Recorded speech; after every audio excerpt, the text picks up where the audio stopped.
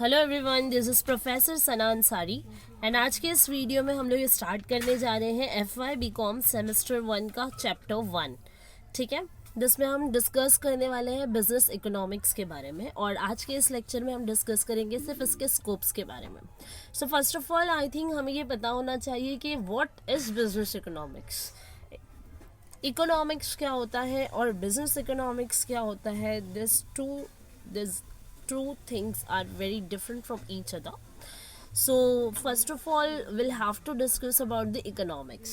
Economics क्या होता है, जहाँ पर आप नॉर्मली इंडिविजुअल लेवल पे डिस्कस करते हो या फिर चीज़ों को आप ऑब्जर्व करते हो, उनकी डिटेल्स एग्रीगेट करते हो।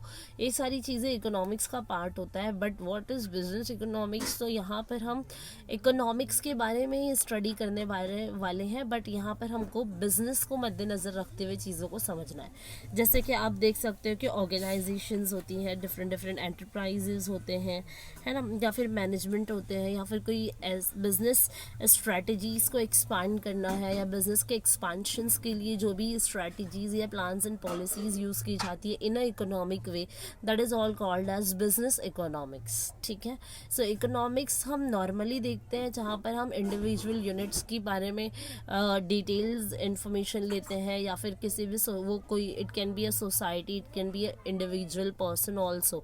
सो उसी तरीके से हम बिजनेस एंटरप्राइजेज हो, या कोई मैनेजमेंट टीम हो, या कोई बिजनेस के एक्सपांशन या बिजनेस की कोई न्यू स्ट्रैटेजीज को सेटअप करना है, उससे रिलेटेड यहाँ पर पूरी अच्छी तरीके से डिटेल्स देखेंगे। और बिजनेस के एक्सपांशंस और न्यू स्ट्रैटेजीज को फ्रेम करने में इकोनॉमिक का क्या रोल होता है, या इकोनॉमिक के साथ किस तरीके से बिजनेस को रन किया जा सकता है, ये सारी चीज़ें हम लेक्चर्स में डिस्कस करने वाले हैं। सो नॉर्मली यहाँ पे बिजनेस इकोनॉमिक्स होता है जहाँ पर हम बिजनेस या किसी ऑर्गेनाइजेशन की इकोनॉमिक कंडीशन के अकॉर्डिंगली डिस्कशन करने वाले हैं।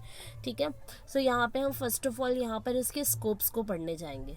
ठीक है, कि स्कोप्स होते क्या है। तो बिजनेस इकोनॉमिक के स्कोप्स हम यहाँ पर 1 बाय 1 देख लेते हैं। ठीक है, फर्स्ट आप देख सकते हो यहाँ पर है मार्केट डिमांड एंड सप्लाई। अब क्या होता है, मार्केट एक ऐसी प्लेस है जहाँ पे बायर्स एंड सेलर्स आते हैं अपने ट्रांजैक्शंस के सेटलमेंट के लिए। और I can say market is a place where the buyers and the sellers are coming to meeting और टू सेटलिंग देयर ट्रांजैक्शंस। और transactions refers to buy and sell of product को खरीदना और product को बेचना, ये एक जगह पे की जाती है जिसे कहते हैं मार्केट। ठीक है, अब यहाँ पे बिजनेस इकोनॉमिक्स जो होता है वो यहाँ पे हेल्प करता है। ठीक है, मार्केट में डिमांड एंड सप्लाई को जज करने के लिए। अब मार्केट में जो डिमांड एंड सप्लाई होता है, अगर मैं यहाँ पर देखूँ तो एक्चुअली क्या होता है, अगर मार्केट में मुझे किसी भी प्रोडक्ट के प्राइस को डिटरमाइन करना है तो उसके लिए मुझे प्रोडक्ट का डिमांड एंड सप्लाई देखना होगा। और डिमांड एंड सप्लाई के बाद ही we can easily determine the price of that particular product. So business economics deals with the market demand and supply to decide or to determine the particular product का price. ठीक है, सो जो business economics के scope में यानी उसकी जो opportunities होती है उसमें फर्स्ट पॉइंट हमने डिस्कस किया, that was market demand and supply. ठीक है, सो बिजनेस इकोनॉमिक्स के थ्रू हम मार्केट के डिमांड एंड सप्लाई को इजीली अंडरस्टैंड कर पाएंगे, समझ पाएंगे, और उसी के थ्रू हम इजीली मार्केट में उस प्रोडक्ट का प्राइस डिटरमाइन कर पाएंगे जो मेरी फर्म के लिए, यानी कि जो भी बिजनेसमैन है उसके लिए, बिजनेस के लिए और साथ ही साथ कस्टमर दोनों के लिए सेटिस्फैक्शन पॉइंट क्रिएट कर सके। ठीक है, देन है प्रोडक्शन एनालिसिस। अब बिजनेस इकोनॉमिक्स क्या करता है, एनालिसिस करता है प्रोडक्शन का या फिर प्रोडक्शन के प्रोसेस को। अगर आप देखोगे तो कैसा होता है ना, प्रोडक्शन के मामले में आपको ये चीज़ याद रखनी है कि optimum utilisation of scarce resources, हमारे पास जितने भी रिसोर्सेज होते हैं उसका ऑप्टिमम यूटिलाइजेशन करना है और मैक्सिमम प्रोडक्शन करना है। जब हम ऑप्टिमम यूटिलाइजेशन करते हैं, देखो जितने भी आपके पास स्केयर रिसोर्सेज है, जितना भी आपके पास प्रोडक्ट है, उससे आपको न्यू प्रोडक्ट यानी कि रॉ मटेरियल है उसको किस तरीके से आप यूटिलाइज करोगे। आपके रिसोर्सेज ही क्यों ना हो, जैसे लेबर होते हैं, ये भी आपका एक इकोनॉमिक रिसोर्स होता है, या फिर लैंड होता है।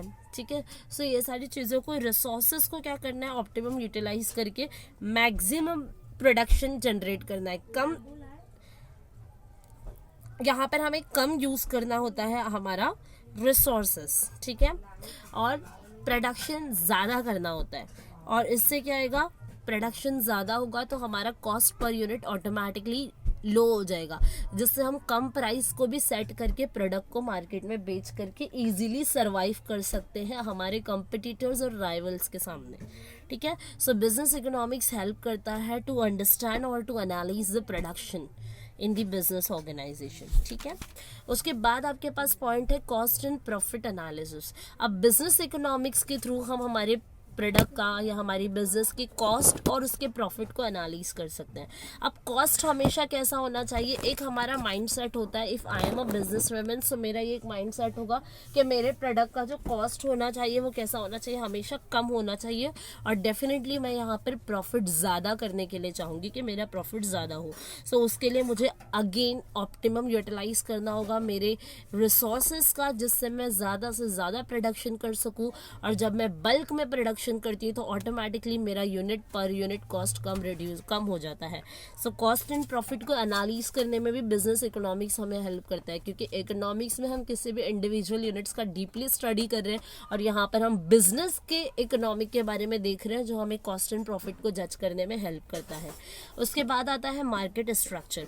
अब बिजनेस इकोनॉमिक्स की वजह से हम मार्केट के स्ट्रक्चर को स्टडी कर सकते हैं। अब मार्केट का स्ट्रक्चर होता क्या है, मार्केट के डिफरेंट टाइप्स होते हैं। यस, जैसे कि आपको पता है मोनोपोली मार्केट होता है, मोनोपोलिस्टिक होता है, परफेक्ट कंपटीशन होता है, ओलिगोपोली मार्केट्स होते हैं। सो ये सारे डिफरेंट मार्केट होते हैं, टाइप्स है।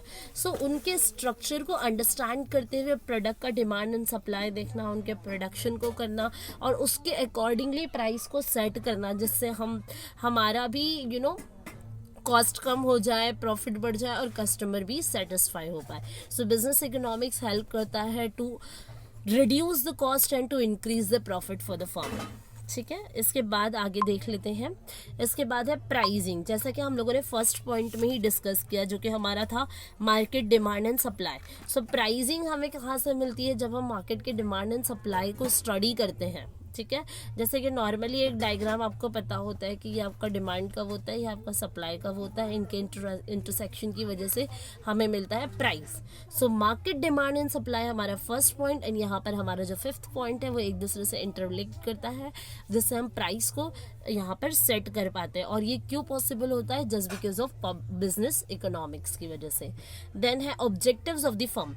नॉर्मली हम बोल सकते हैं कि primary objective of all the firm is to get और टू अर्न मैक्सिमम प्रॉफिट। हम हमेशा क्या चाहते हैं, हम ज़्यादा से ज़्यादा क्या करें, प्रॉफिट मैक्सिमाइज कर सके।